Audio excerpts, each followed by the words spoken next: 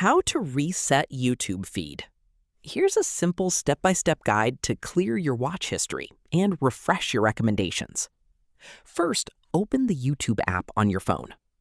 Next, tap your profile icon in the bottom right corner of the screen. Now, tap the Settings gear icon at the top. Select Manage All History, then go to Controls. Scroll down and tap Manage History. Here, tap Delete to open the history options. Now you'll see different choices like Delete Today, Custom Range, or Delete All Time.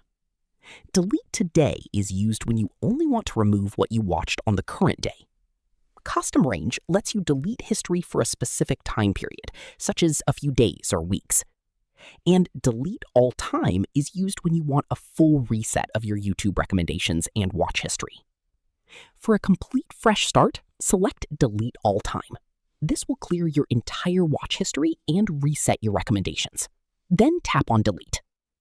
Once done, YouTube will start building new suggestions based on only what you watch from now on. And don't worry, this does not delete your subscriptions or saved playlists. And that's it. You've successfully reset your YouTube feed. If this tutorial helped you, don't forget to like the video and subscribe for more YouTube tips and tutorials.